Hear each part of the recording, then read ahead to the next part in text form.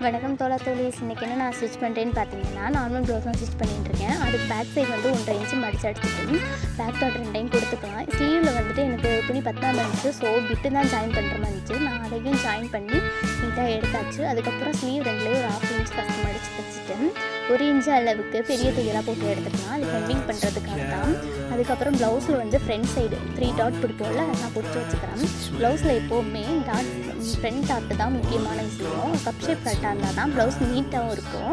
அதுக்கப்புறம் ஷோல்டர் 2 சைடும் நான் ஜாயின் பண்ணிக்கிறேன். ஜாயின் பண்ணிவிட்டு நல்லா நெல் தையலை போட்டு எடுத்துக்கிறேன். அதுக்கப்புறம் ஸ்லீவ் ஜாயின் பண்ணிக்கிறேன்.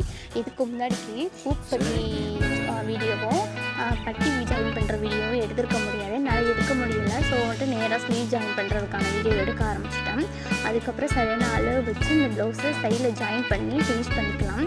எக்ஸ்ட்ரா தையலும் போட்டு வெட்டிட்டு ஃபினிஷ் பண்ணிடலாம். இதுதான் அதோட அவுட்லுக். பாருங்கள், அது இருக்கா?